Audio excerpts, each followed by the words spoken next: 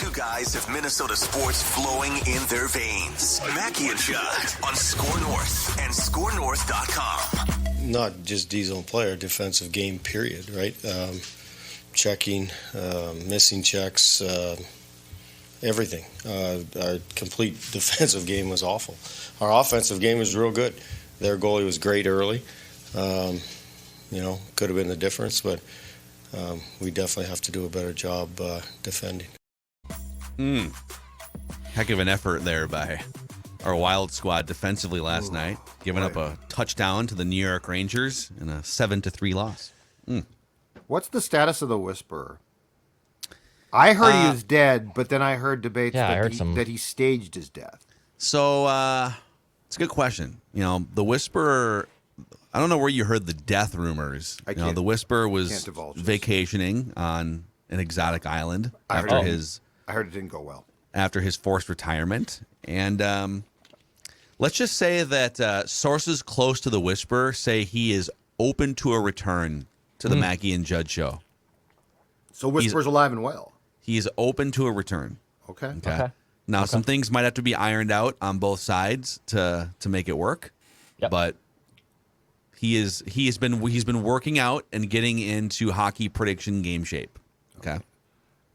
Are there obvious things that have to be worked out, like financial? Is there some type of always financial about like green room spread before he comes on? Always food and financial. Yes, those are the two main. Sure, we can take care of that. Yeah. So I'll do some more digging on the Hockey Whisperers sort of timeline here. Okay. But it wouldn't surprise me, according to sources close to the Hockey Whisperer, if he made a return sometime during the 2022-23 season. Okay. Wow, that's open-ended. Okay. That's all I know right now. Fair enough. Yep. This is a Feedback Friday edition of Mackey and Judd, where we welcome in your comments, concerns, questions, critiques, and you can always send us stuff via the Score North app. You can send us questions, comments, takes, whatever during your time watching our YouTube videos in the comment section and on Twitter. And so let's get right to it here, boys. The Minnesota Wild got smoked last night. And Get a Horse on YouTube says Marc-Andre Fleury is going to be really bad. Ugh. He said that actually before the game started. I looked at the timestamp. Dex, you want to take this one? Sure, I'll take it. I don't think he'll be horrible.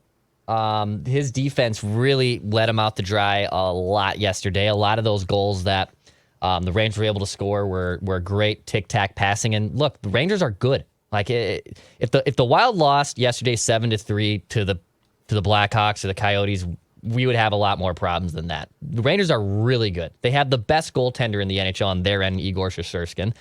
Their offense and Zibanejad and Panarin are really good. Chris Kreider's been doing it for like 10 years now with them. Their defense is really good. Losing a game to the Rangers is not the end of the world. But when you allow 7 on your home ice in your home opener, yeah, it's a little bit of a gut punch. But to answer the guy's question, I don't think Marc-Andre Fleury is cooked by any means.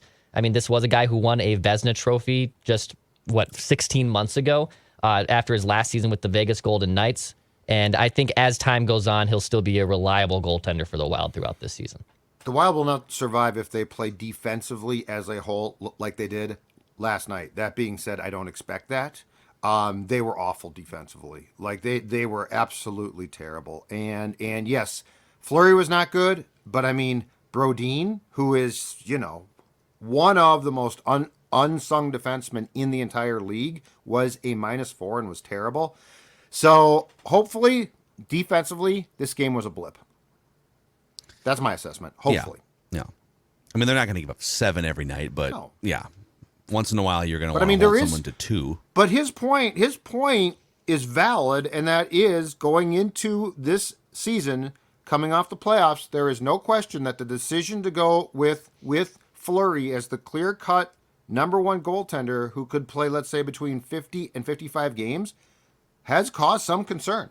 It's a gamble. I mean, he's 37, 38 years old now, and there's examples of goalies playing into their late 30s that have been successful. Martin Brodeur, I think, played till he was like 65, it seems like, right? Patrick Waugh, Dominic Hasek. I'm talking about all-time greats here. But Marc-Andre Fleury is maybe he's a step below the greatness of those three, but he's in the next tier. He's a Hall of Fame goaltender. He's won multiple cups. He's brought in multiple teams to Stanley Cups. It is still a gamble, though, to trust a 37, 38-year-old guy to be your number one. It is. If he's cooked, how screwed is this team? Screwed. Oh, it's over. Screwed. Unless okay. Yeah, that's a huge gamble. Oh yeah, yeah. So okay, if he's cooked, and we go down that path, so they got in the Talbot trade Gustafsson back, who was a backup for the Sens, who I think is a backup. Like I don't think he has the potential to be a one.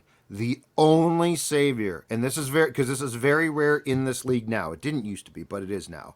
The only saving grace would be if they could bring up Jesper Wallstedt, who was a first-round pick back in like 20 or 21, who is a really good young goaltender. But goaltenders, for the most part, of that age, get a lot of time. Like there is a ton of runway ordinarily now devoted to their development. If Fleury was cooked and they could bring up Wallstedt and he could actually play up here, that's the only saving potential saving grace. But the problem with that is that's another like huge if. No idea if that would work. And the last thing that you want to do is bring the kid up, throw him into the fire, and ruin him. Yeah. You know, the Florida Panthers drafted Spencer Knight, who was just this can't-miss goaltending prospect, I think the year before the Jesper Wallstedt draft. And he came up as a 20-year-old, I think 2 years ago, played well. He was basically the backup to Bob last season with Florida, but he's their heir apparent. I mean, he's 20 years old. So that mold is starting to change a little bit to Judd's point that goaltenders don't really come up as quickly as they should. But I think when you have a pedigree like a Jesper Wallstedt or a Spencer Knight in Florida, they kind of are the exception. Just like top MLB prospects, right, that have a fast rise. The top ones are going to get there a lot quicker than the ones that are later picks. Mm-hmm. Andy Gretz via Twitter commenting on the fight last night when it was 6-3. Foligno is a tough guy, but Reeves holds the belt and showed it. He is a beast. Was there any value to Foligno mixing it up with Reeves last night? In my opinion, zero. And I know what he's doing, and Marcus prides himself on this. Like, spark. I'm going to give you a spark, if not for this game, for next game. And we could debate that, but Reeves is a heavyweight. He's one of the great heavyweights in the league now and probably in the last 5 to 10 years. No, there was not. And Marcus got his ass kicked. So I saw zero like, oh yeah, that's going to change things. I saw zero value in the decision to fight him. Now, I don't know who challenged whom, but I'm guessing that Foligno at least was involved in trying to spark his team. And in that one, it didn't come close to work.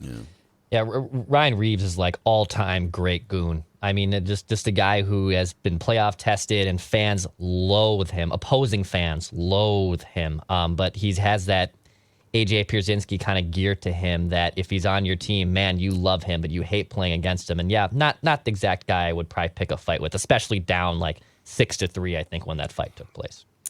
Let's see here. What else we got? Alexander Nelson via the YouTube comment section. This will be my second season watching hockey, and I'm loving it. But I do have a question about Kirill as I'm still learning the game. If he's one of the best skaters and puck handlers, why does he play wing and not center? So that's a great question. It is a great question. That's a great question. I can't answer it completely. Glad it's asked. I don't know the background. Well, no, I like it's a. I've thought the same thing at one point, but going back to his time growing up playing and then becoming a star player before he was here in the KHL, he's played wing. He is a scorer. I don't know if there were things in his game that they saw that caused them to put him at wing and establish him there. Could he play center? I think Dex, absolutely. Like, he has the attributes of that position. I don't know how he would do on faceoffs, but he's so talented. My guess is he would adjust and learn. But I think that this just goes back to a fundamental thing of where he was put growing up and the fact that he is seen as a scorer.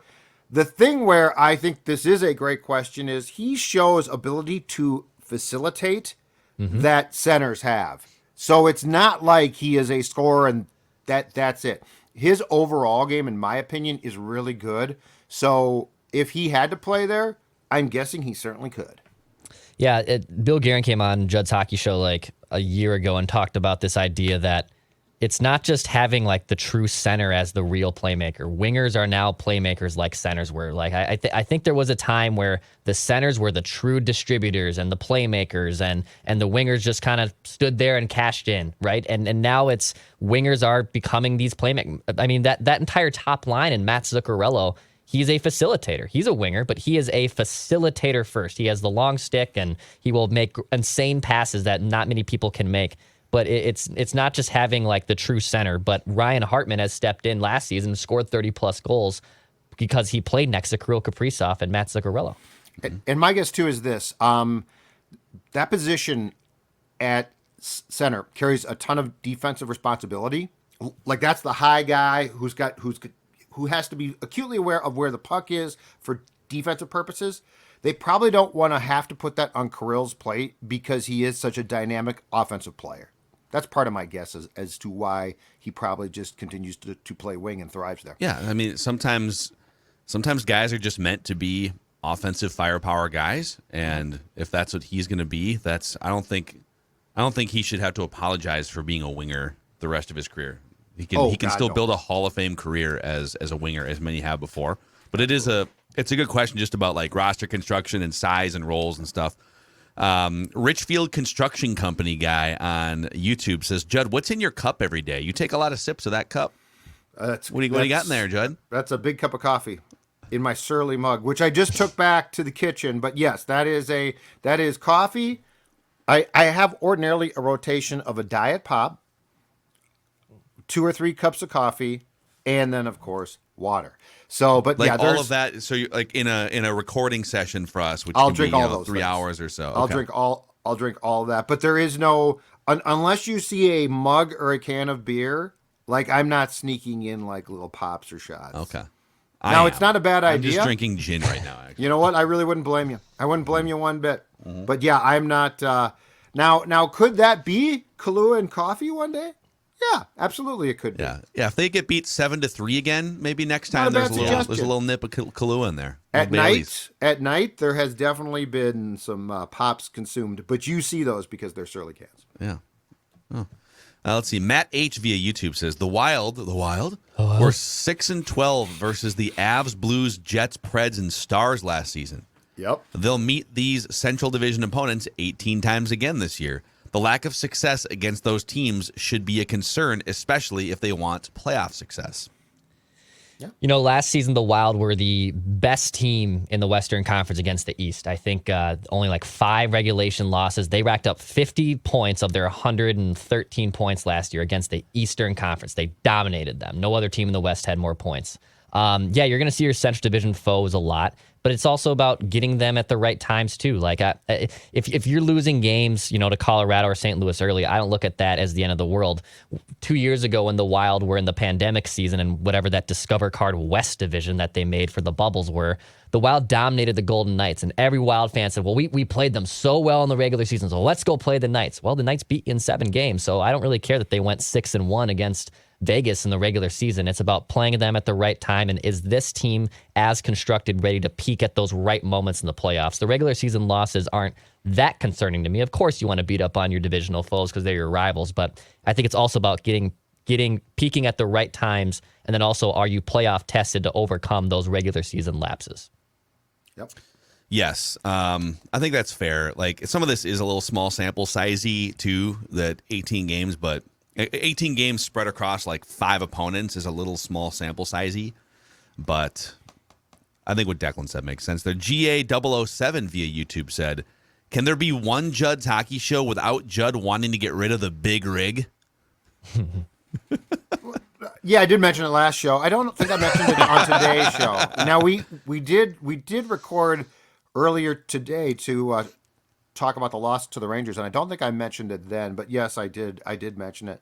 I mean, you know what? He fits on the Ek and Foligno line really well.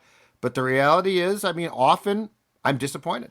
And if Tyson Jost, now We don't know yet, but if he fits in really well on that line eventually here, while Greenway is out, I mean, could you look at a trade? I mean, I don't think that they will, but Jordan Greenway and Charlie Coyle to me are what Matthew Boldy is becoming. And I guess there's some frustration on my part that they didn't hear. And so, yes, I have become sort of jaded.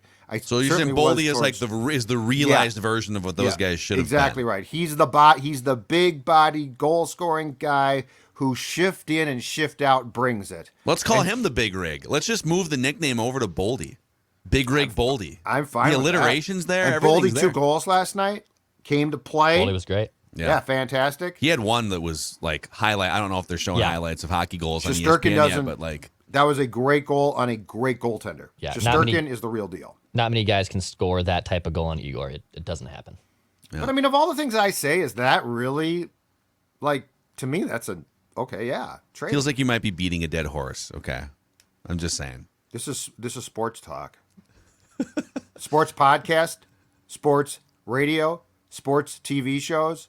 They're defined by beating a dead horse. You know, actually, that's a good segue. We're going to get back to more feedback here. Declan and I were kind of talking yesterday about, we talk sports, all right? We love talking sports, and we will continue to talk sports. But we also, people tend to respond to some of our life conundrums that we get into, like travel nightmares with Declan or myself, or awkward social situations with Judd and whatnot. And so we're gonna unveil a new, I guess you could call it segment, or maybe it's just a bin to put some of these things in on the show that we're going to call the Minnesota Goodbye. Just things that happen that we would like to bring to the table that require a discussion of some kind. Okay.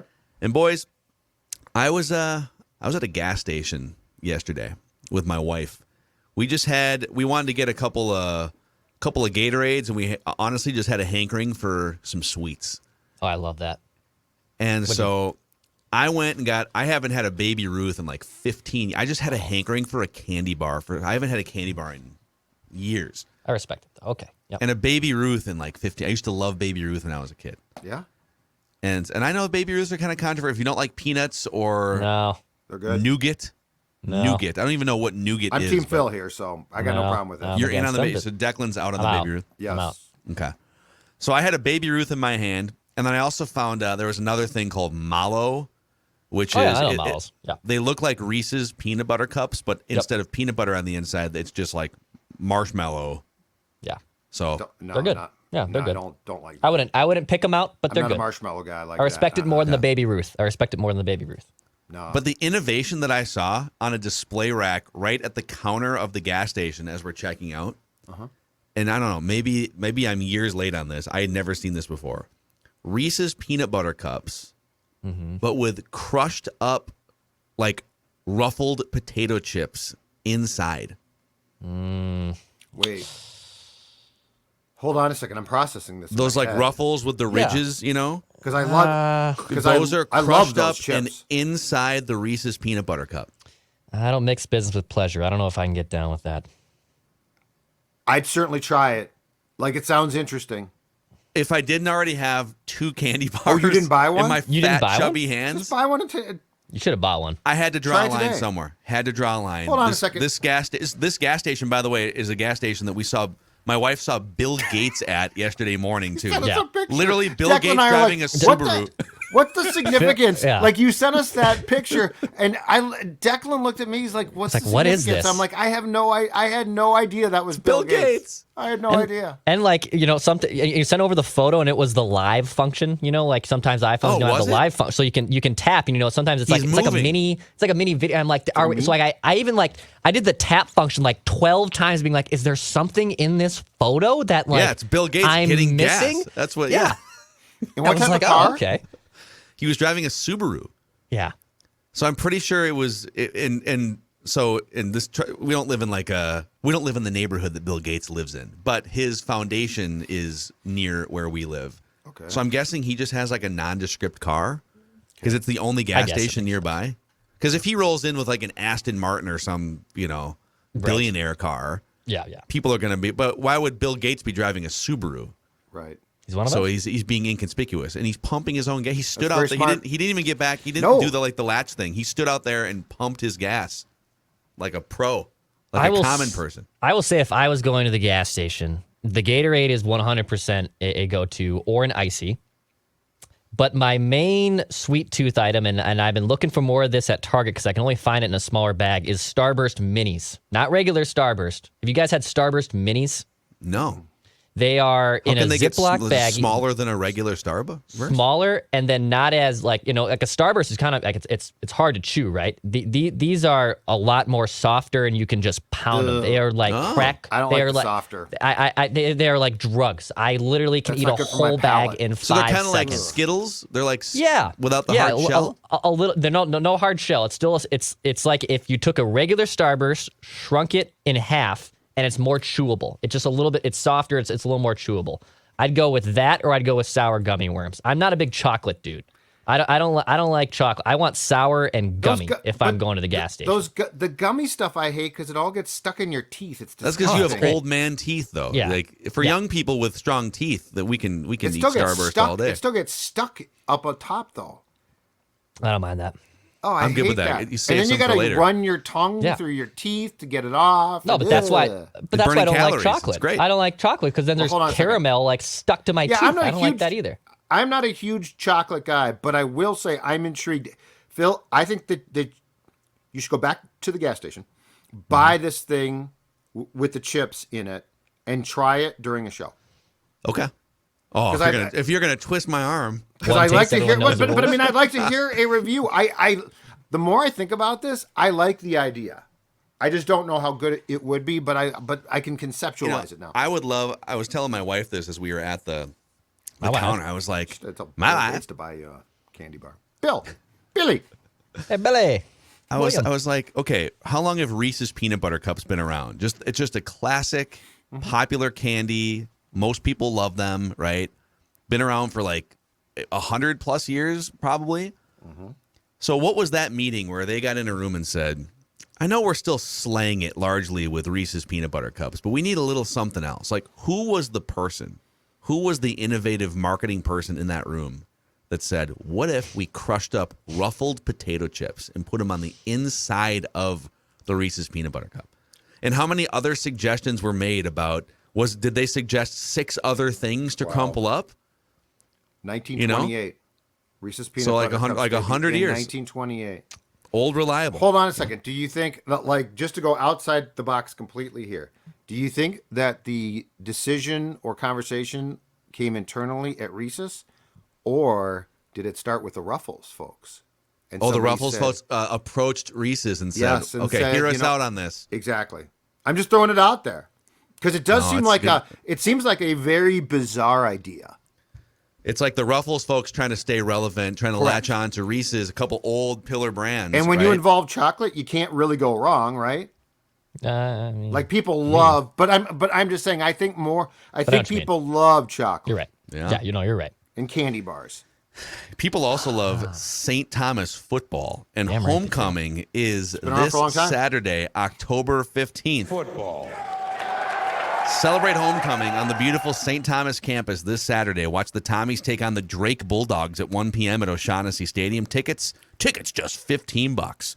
Go to TommySports.com to buy your tickets today. TommySports.com. You can hear all the Tommies games too. Football, basketball, and hockey on 1500 ESPN.